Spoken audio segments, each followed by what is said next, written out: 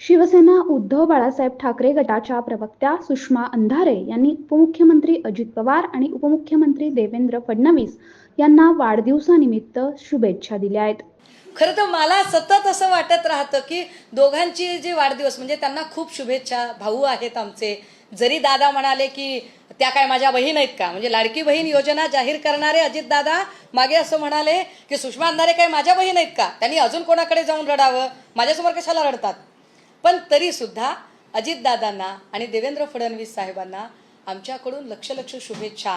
आमच्याशी भांडण्यासाठी तरी आणि आम्ही सत्तेवर आल्यावर विरोधी बाकावर बसण्यासाठी तरी त्यांनी सुदृढ राहणं गरजेचं आहे. त्या त्यांना शुभेच्छा. पण मला सातत्याने असं वाटतं की या दोनही व्यक्तींच्या जन्मतारखा चुकीच्या आहेत का, कदाचित या दोघांची जन्मतारीख 1 एप्रिल असावी असं मला राहून राहून वाटतं. एकूण त्यांचा सगळा स्वभाव बघता. पण शुभेच्छा त्यांना.